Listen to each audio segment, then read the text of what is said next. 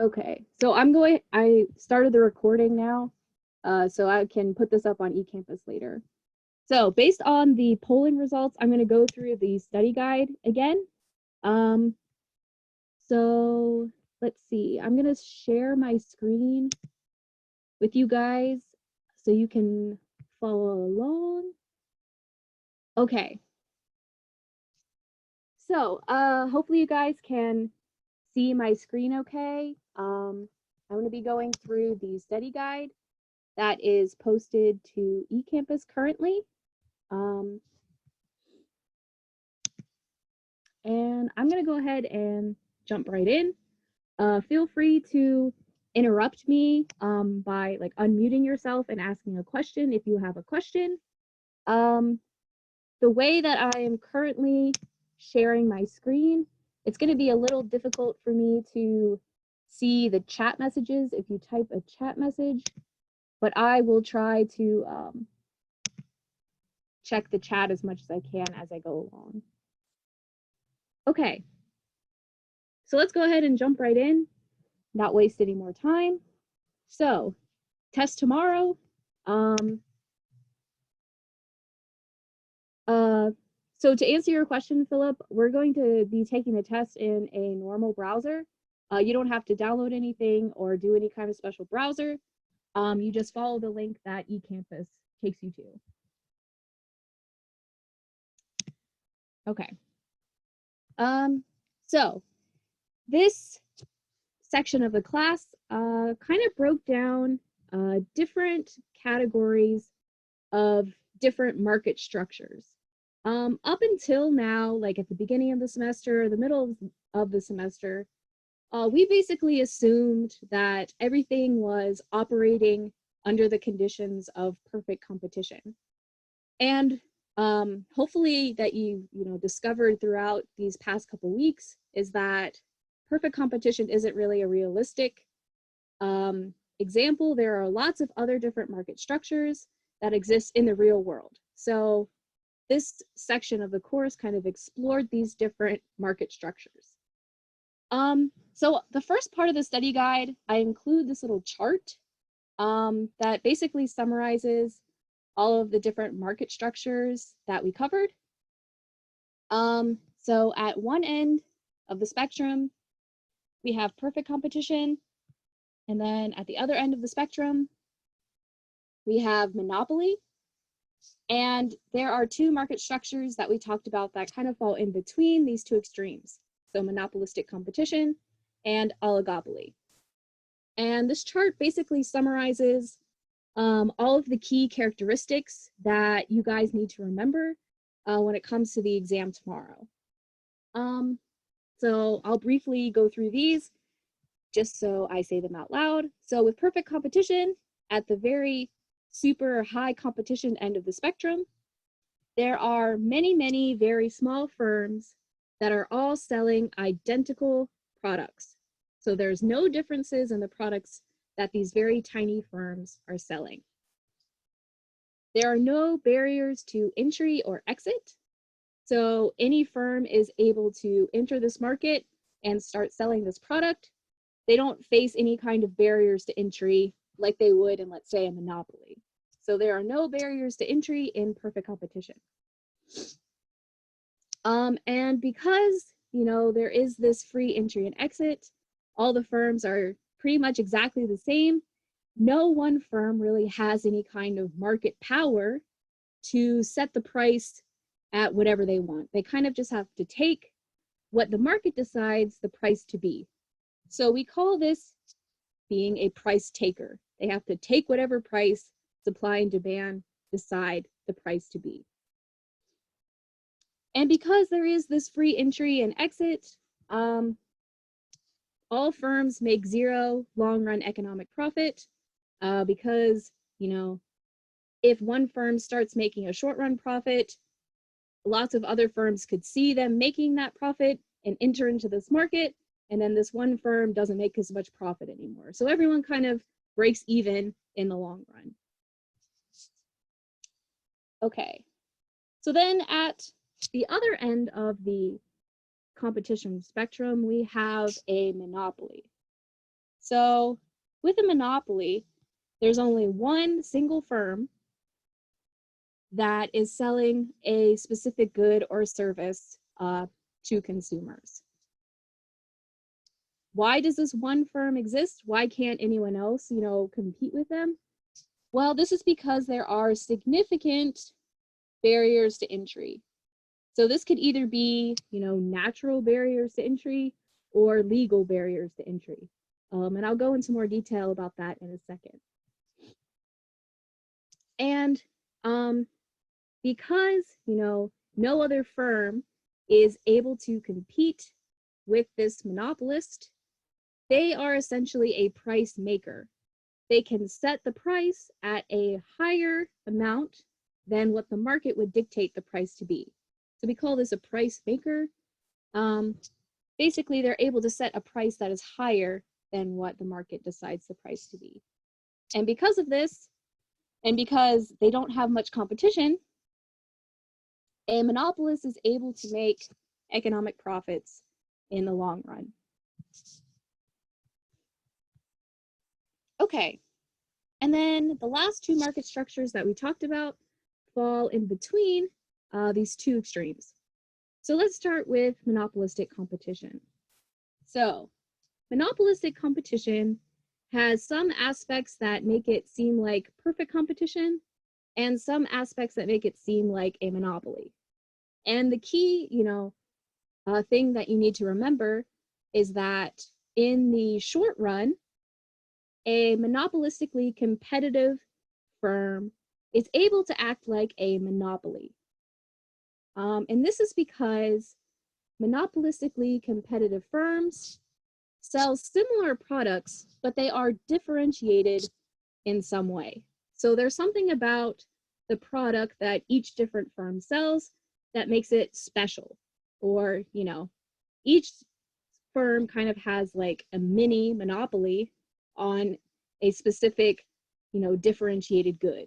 It could be the brand name, it could be the quality, it could be something about the product that makes it special.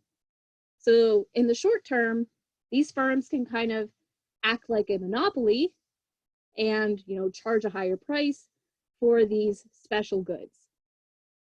But because in monopolistic competition, they don't have high barriers to entry like a pure monopoly would, in the long run, monopolistically competitive firms kind of act more like perfect competition. So in the long term, because more firms can enter into this market and start competing with these mini monopolies, everyone kind of breaks even at the end of the day, and no one makes any long-term economic profits. So with monopolistic competition, short-term can act like a monopoly, long-term acts more like perfect competition. And I guess another thing to kind of keep in mind that's special about firms that are monopolistically competitive is that there's lots and lots of advertising that goes on with these different kinds of firms. And that's because, like I mentioned, all of these firms are selling similar products, but they're special or different in some way. So these different firms want their, brand or their variation of the product to stand out among everyone else. So there is lots and lots of advertising that goes on in monopolistically competitive markets. And I'll talk more in a second about, how economists feel about advertising. And then, so that's all I really want you guys to know about monopolistic competition in general. And then the last market structure that we went over was oligopoly. So oligopoly is kind of a unique and special market structure in the fact that the behaviors and, the profits that these firms are able to make in an oligopoly market structure are interdependent. So that basically means the prices and the quantities that these firms charge and sell really depend on what other firms in that market are doing. So that's something unique about oligopoly, is that there is this kind of like strategic interaction between these few really big firms. No other market structure has this kind of strategic interaction that the firms in the market could either collude or, you know, do something like that, some kind of agreement that makes them higher profits. So again, that's kind of like the main thing about oligopoly that you need to remember. So again, you know, this table at the top of the study guide, I think is really beneficial to kind of get your head wrapped around all of the different components of these different market structures. I do go into more detail about some other things that will be included on the exam. So I think I mentioned this yesterday during the review session. I'm going to say 29 out of 30, or maybe 30 out of 30 of the questions come directly from the study guide. So if you guys have a copy of the study guide in front of you, if you know all the main points from the study guide, honestly, I don't think you'll have any issues about anything on the test, if that makes you feel a little bit better. So knowing the study guide, I think, is really important when it comes to the exam tomorrow. So for the test, yeah. So the key concepts, this study guide is going to be the main thing, the most important thing, I think, in my opinion, that will be helpful on the exam. You know, watching the videos and looking at the problem set will also be beneficial, make you feel less stressed about taking the exam. But I took a lot of the questions from this key concepts paper that I'm going over right now. Do you guys have any questions? I see a couple in the chat. Hold on. Any questions right now, or can I go ahead and move on? Quick question. Yeah. Will there be, will we have to print, will some of the questions on our problem set be on the test? I think there may be at least 2 of the same multiple choice questions are on the exam that were on the problem set. 1 or 2. So definitely know the multiple choice from the problem set and this study guide, and that should cover everything. Okay. Good question. Anyone else, or should I?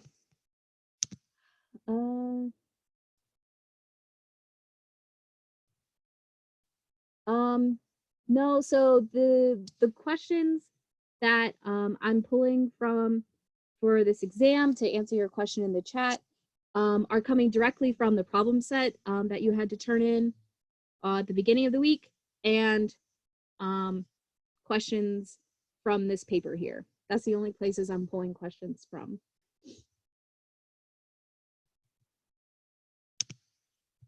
Okay, happy to answer your questions.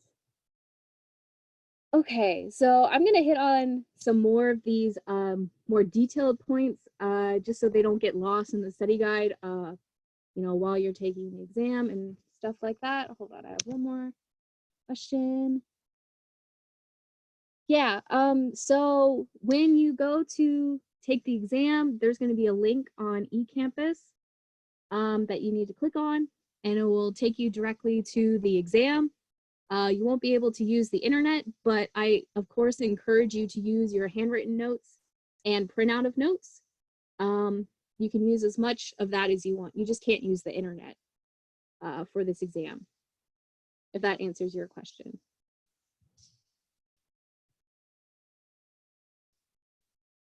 Okay, great. Okay, let's move along right now. just so I don't go too long tonight. So moving back to perfect competition, it has been a while since we covered this. When I last covered this, we were actually still in person having class. So some of the key points that I want you to kind of remember from perfect competition are the following. So in perfect competition, in addition to all of the characteristics that I went over at the beginning of this video, one thing that is unique about perfect competition is that the price that the perfectly competitive market charges is exactly equal to the marginal revenue for the firm. And there was a question like that on the problem set. And just keep in mind that perfect competition is the only market structure where this is the case. In all other market structures, there is this ability for the firm to charge a higher price than what the marginal revenue is. But with perfect competition, they have to take the market price. So the price is exactly equal to the marginal revenue for perfect competition. So another thing to keep in mind is that the profit maximizing point for a perfectly competitive firm is exactly where marginal revenue equals marginal cost. So where the marginal revenue and marginal cost curves intersect, this is the quantity and the price that a perfectly competitive market will charge and produce. Yes, so market price equals marginal revenue only for perfect competition. And this is something unique about perfect competition.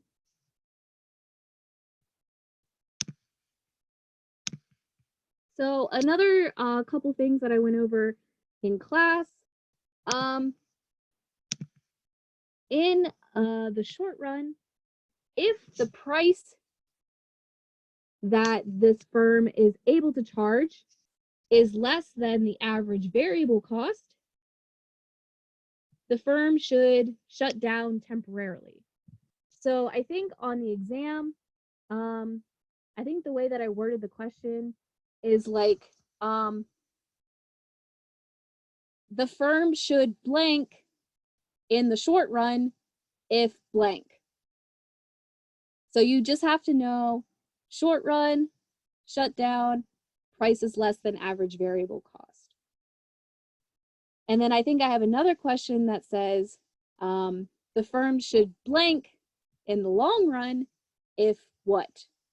So just knowing there is a difference between the short run decision and the long run decision if the firm isn't doing so well, if the price is less than these different cost curves. So these 2 points are definitely 2 questions on the exam. So just keep that in mind as well. And again, just to reiterate the last point in this table up here, because there is this free entry and exit, there are no barriers to entry in perfect competition. Economic profit is driven to 0 in the long run. They can make profits in the short run, but in the long run, no economic profit.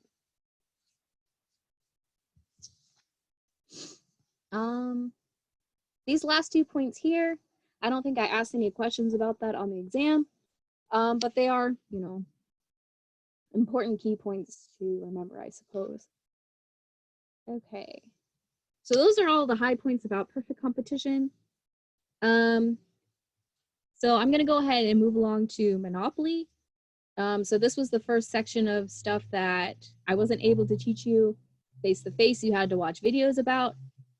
So hopefully a lot of these points are familiar to you guys and make relative sense based on what you watched in the videos and stuff like that. So the key thing that allows a monopoly to exist are what is called barriers to entry. So basically this just means that, you know, for some reason, whether it be natural processes like the firm owns all the key resources to make a certain good or a service, or if the government specifically allows this market to be the only one to sell a certain good or service because of patents or copyrights or something, there are some kind of barriers to entry that prevent other firms from coming into this market and competing with this one firm. So it's kind of a unique situation that there's only one firm selling this good or a service. So they have, this monopoly firm has market power in the sense that, you know, the price is not equal to the marginal revenue for a monopoly. They're able to charge a higher price than their marginal revenue because they won't lose any customers because they're the only one that customers can buy from for this certain good or a service. So the price is greater than marginal revenue for a monopoly. So with all of these different market structures, I made it a point to kind of go over how these different, you know, firms in these different market structures would try to maximize their profits. And the way that a monopoly maximizes their profit was a little bit different than how a perfectly competitive firm maximizes their profit. So for perfect competition, remember, the perfectly competitive firm just looks at where marginal revenue equals marginal cost, and at that intersection point, that will decide both the quantity and the price that that firm will charge. Monopoly starts off kind of the same way. So determining the quantity that a monopolist is going to sell is exactly the same way. The monopolist is going to look at where marginal revenue and marginal costs intersect, and this gives you the quantity. But like I mentioned up here, they're able to charge a higher price than the marginal revenue because they're the only ones in the market. And basically, they can charge the highest willingness to pay for that specific quantity in this market. And if you remember, the demand curve represents the willingness to pay of consumers. So the price that the monopolist is able to charge is directly above the marginal revenue equals marginal cost intersection point up on the demand curve. So quantity, marginal revenue equals marginal cost. The price is above that intersection point on the demand curve. So I think there was a question on the problem set. Hold on. This one right here. This exact same question is on the exam. So you have to be able to read this picture, and you know, we have marginal revenue and marginal cost, and it says, what price will the monopolist charge? Well, marginal revenue equals marginal cost. We know they're going to produce W, that's the quantity, and the price is all the way up to the demand curve. So the price they're going to charge is K. So that exact question is on the exam, just to keep that in mind.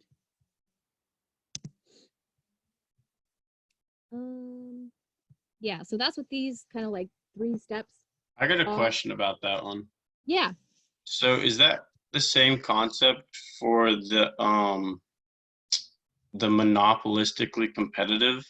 Yes, exactly the same. So like I mentioned at the beginning of the video, in the short run, a monopolistically competitive market can act exactly like a monopoly.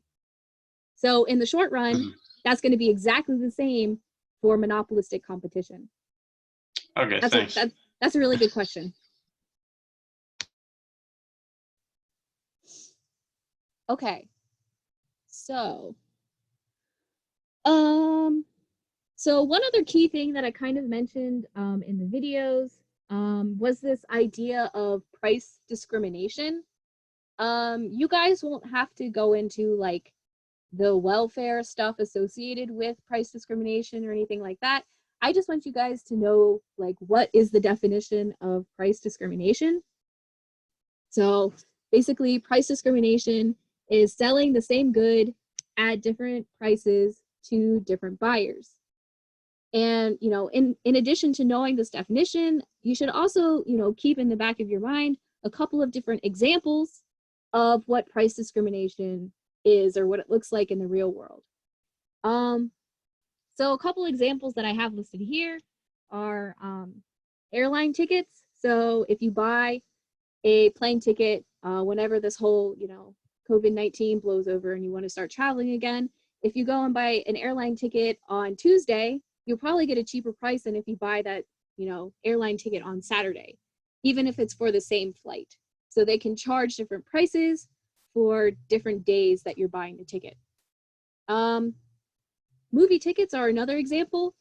So if someone goes to the movies for a matinee show on like Sunday afternoon, versus someone who goes to see the same exact movie Friday night, they're going to see the same exact movie, but the movie theater is able to charge them 2 different prices for the same movie. Another example that I talked about in the lecture notes was like need-based financial aid. So some of you guys listening to this right now may get some kind of need-based financial aid to go to college or something like that. So even though we're all sitting in the same position listening to me talk about monopolies, you may have paid a different price to get this same lecture. So those are just examples of price discrimination. Another key thing that's also important to remember about monopolies that I didn't mention on Wednesday, I forgot to mention, was that monopolies create what's called a deadweight loss. And basically this means that a monopolist charges a higher price and produces a lower quantity than what would be produced in perfect competition. So economists call this a deadweight loss. So it's inefficient in that regard. So just knowing the key term deadweight loss and it's associated with a monopoly is all you need to know for the exam on that question. And then the last main thing that I want you guys to remember about monopolies is the public policy towards monopolies.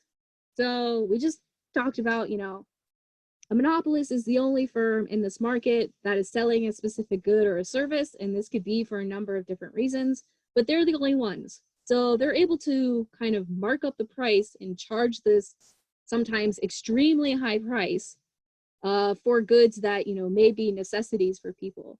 So this does, you know, maybe warrant the government to step in and kind of correct this, you know, thing that happened in the economy to keep things relatively fair for everyone.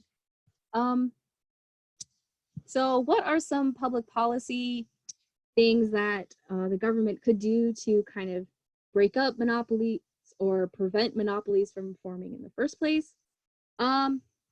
One thing they can do is increase competition with specific laws.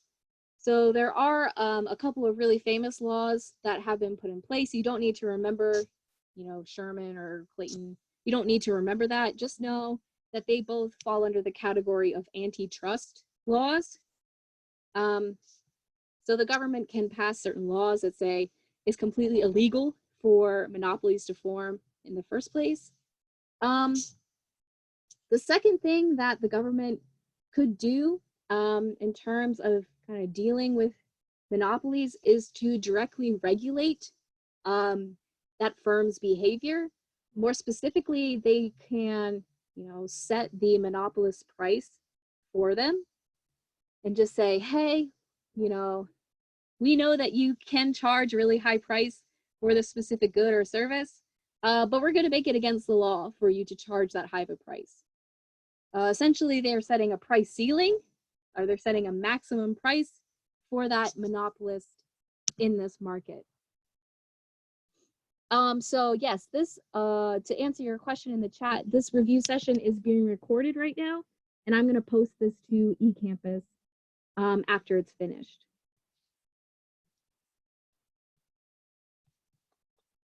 The third thing that the government could do to kind of control or step in if a monopoly is forming or has formed is public ownership. So the government could step in and say, okay, you, the individual business, are not allowed to make decisions about price and quantity anymore. We, the government, are going to be the owners of this business, and we're going to step in and make all the decisions regarding price and quantity. One example of this is like the post office or the postal service. But some argue that the government stepping in that regard, or in any of these regards, may be inefficient in its own right, because maybe the government just really shouldn't step in it at all and just let these monopolies play out. So the last public policy option is to kind of just let the government shouldn't do anything, and let these businesses be. So if you think back to the discussion question I had you guys post about when it came to the COVID-19 vaccine, and if the government should step in or not, if a certain pharmaceutical company is able to get like a patent on a vaccine, it was kind of mixed on some people's responses, like, yeah, they should probably step in. And then other people are like, oh, maybe they should just, let other pharmaceutical companies also develop a vaccine, and then it will kind of move towards perfect competition anyway, and the government didn't need to get involved. So again, there's debate about what the right policy is, but these are just different options that are available to the government. Because it could be argued that, the government could step in this regard.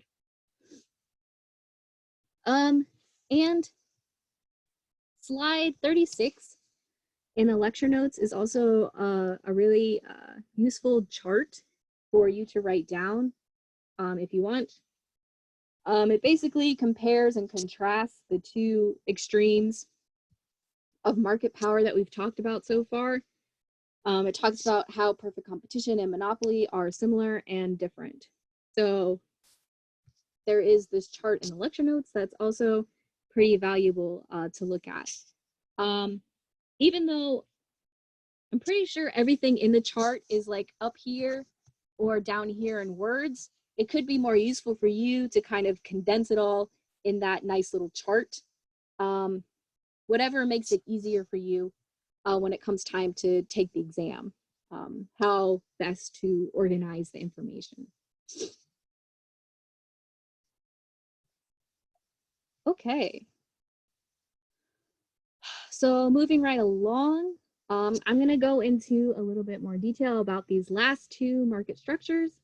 And then if you guys have any more questions about the exam, I'll be more than happy to answer those questions for you.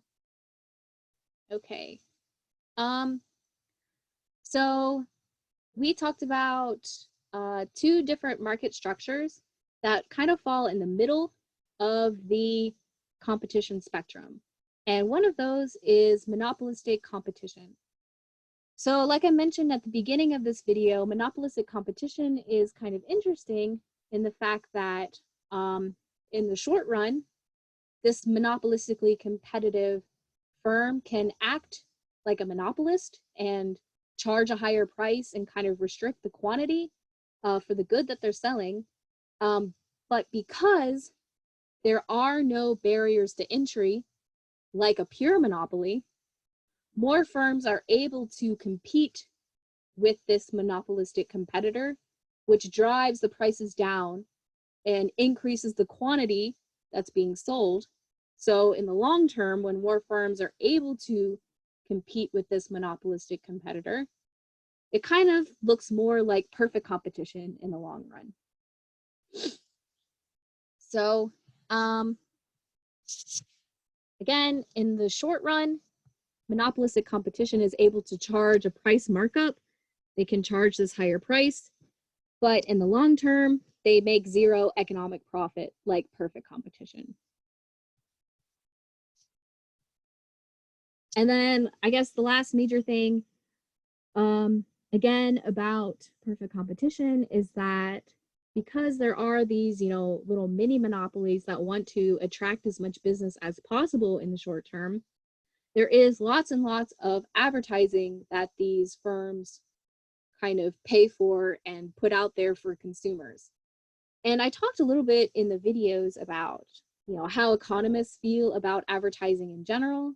And I kind of summarized the pros and cons of advertising here in the study guide. So, on the positive side, economists could argue that advertising is actually really beneficial, particularly to the consumer. So if these little mini monopolies are running ads about what makes their product so special or so interesting, and why the consumer should buy their product, it could actually be really informative to the consumer to make the right choice about who to buy from. So provides useful information to buyers so they can make informed purchases. And this could actually lead to more competition. So, if there are lots of ads going on, it's a lot of information for the consumer to take in and analyze to make a more informed purchase. And this may actually lead to more competition and less of a price markup. But on the flip side of that, one negative aspect of advertising could be like advertising could potentially manipulate people's tastes. So instead of it being more like an information dump on people, it's more like a psychological mind trick that's dumped on people that could potentially sway people to only buy from specific brands, for example. So it could promote this idea of brand loyalty, that people that have always bought a certain brand will continue to buy a certain brand for all of eternity. And this kind of leads to less competition, right? Because it kind of feeds into this idea of them still being a mini monopoly. They have monopolized you because they've convinced you that, for example, only buying Apple products is the way to go. So you only buy Apple products. So this could lead to less competition, and it allows Apple to charge higher prices for their goods. So pros and cons of advertising here. And just another little note, if all of this in words is a little bit hard to take in, slide 5 of the lecture notes has a similar table to the slide 36 up here in Monopoly. So slide 5 has the comparison of perfect competition, monopolistic competition, and Monopoly all kind of in one chart for you guys to take a look at. Okay. And then to finish up the material that will be covered on the exam, I'll briefly go through this last market structure that we talked about that also lies in the middle between perfect competition and monopoly, and it's called oligopoly. So a couple of key things for you guys to remember about oligopoly, in addition to the fact that there is this interdependent behavior. If we want to get more specific about how this interdependent behavior works, it really has to deal with how these firms make profits and their ability to make profits. So if the oligopoly firms are able to collude with one another, so if there are two really, really big firms that are selling a relatively similar product to a specific community, these two firms could, talk to one another on the side and say, hey, if you promise not to charge a lower price for your service, I promise not to charge a lower price for my service, and we can split these higher profits together. So if these, two big firms are able to talk to one another and collude with one another, they have the ability to earn positive long-run economic profits like a monopoly would. But if these firms talk to one another, they set up this agreement, and then this firm over here says, well, they promised that they wouldn't lower the price, but I'm going to anyway, because that means everyone will want to buy from me because we're the only two selling this good. So they could go to this firm who's still, sticking to the agreement and charging this higher price, or they could come to me and I decided to charge a lower price. So if firms and oligopolies decide to cheat on agreements like this, then this firm over here who still was charging the higher price will see that this other firm cheated on the agreement and then charge a lower price too. And then eventually they'll keep trying to undercut one another, and this leads to them earning zero long-run economic profits, like perfect competition. So again, it's really kind of hard to predict how, an oligopoly market will kind of play out because of this interdependent behavior. So if they collude and act like a monopoly, they can earn long-run economic profits. But if they try to cheat on agreements and try to undercut one another, if they try to compete with one another, they're going to end up like perfect competition and make zero long-run economic profit. So, looking at this interdependent behavior, again, can be a little bit confusing and hard to kind of summarize in a concise way. So economists have kind of taken this tool from math called game theory to study the interdependent behavior of firms, people, country, etc. So for the game theory, I think question on the exam, I think I just have like the definition of game theory. I don't have it here on the study guide, which it should be there. But it is in the oligopoly practice quiz video. If you want to find it relatively quickly, there is like the formal definition of what game theory is. I think it's like a branch of mathematics used to study the interdependent behavior of whatever.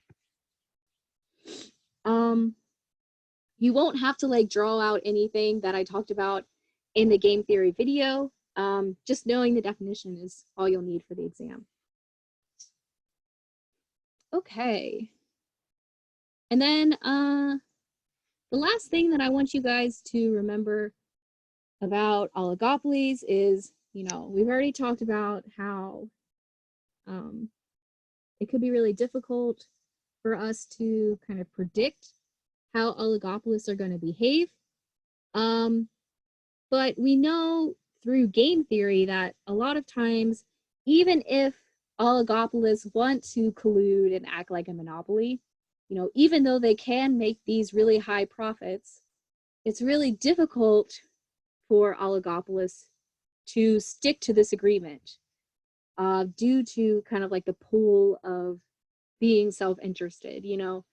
If these two oligopoly firms make this agreement to act like a monopoly, one firm doesn't really want to be left in the dust and be the one that didn't lower their price or didn't try to capture the market. So they're really worried about, what the other firm is going to do. So because of this, a lot of times these agreements don't really pan out and they tend to break down. So, what does this mean like for society in general? Like, because oligopolists tend to like cheat on these agreements, what does that actually mean in terms of society? And it can really depend on what aspect of society we're trying to analyze. So I summarized like 3 different outcomes here for you guys to take note of. And the first one is that, cheating on these agreements is always bad for the oligopolist.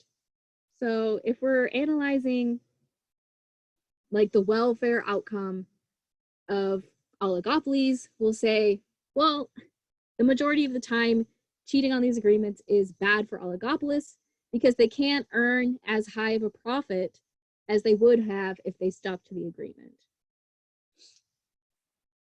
And, depending on the firms or the industry that we're talking about, this could also be a really bad outcome for society if oligopolists are cheating on agreements.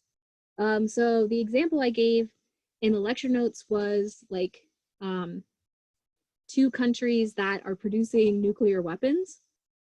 And, you know, if these countries agreed to keep the quantity of nuclear weapons down and the price of them up and kind of behave like a monopoly, that may be better for society, or if, you know, the governments of the world agree that having less nuclear weapons is a good thing. But if these two, you know, nuclear weapon producing countries cheat on this agreement and then start competing with one another to produce as many nuclear weapons as possible, you know, this could be a bad outcome for society, because now nuclear weapons are more abundant, there's a higher quantity of them, and they're also being sold at lower prices. So again, depending on the context of, you know, what kind of oligopoly industry we're talking about, it could be bad for society for oligopolists to compete with one another. But I think a lot of times, the majority of the time, it could be a good thing for society as a whole if these oligopolists are cheating on these maybe cartel agreements with one another, just because it does move society closer to, you know, a more perfectly competitive world. And we learn, you know, from previous chapters that perfect competition, you know, is the only market structure that maximizes the total surplus of everyone, and it has, you know, lower prices and higher quantities for everyone. So this could be viewed as a good thing. Again, if the oligopolists were producing some kind of necessity or something, it may be more beneficial for everyone if they decided to compete with one another instead of keeping all the profits for themselves. Okay. So that's basically everything on the study guide. Hopefully you guys found that relatively useful for me to go through and talk about all these different points. Do I have any more like specific questions about any of the material or the exam or anything? Or are you guys feeling okay?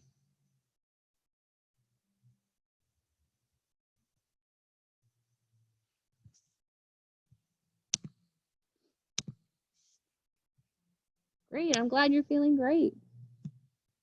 So again, like I mentioned, I'm going to post this review session video again up on eCampus probably in the next few minutes for you to like watch again. So besides the Monopoly graph question that I mentioned, there's going to be one more graph question. And it's kind of convenient because someone already asked the question about it earlier. So we know that this graph question is going to be on the exam, this exact question: what price will the monopolist charge? And it's going to be the exact same answer too. I don't think maybe I changed the order of the answers. So just make sure you know the answer and how to get the answer, more importantly, of course. But the second graph question that I'm going to ask on the exam will have this exact same picture again, but it will say, what price will the monopolistically competitive firm charge in the short run?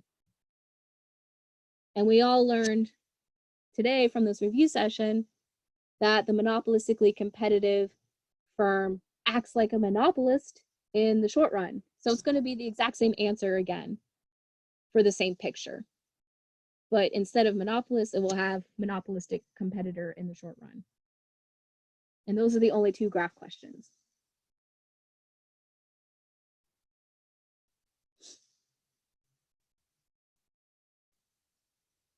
Any other questions, comments, concerns? No, I think you covered it all. Thank you so much. Yeah, you're welcome. Okay, Well, I'm gonna go ahead and stop the video now. But if you guys have any more questions, feel free to reach out to me via email.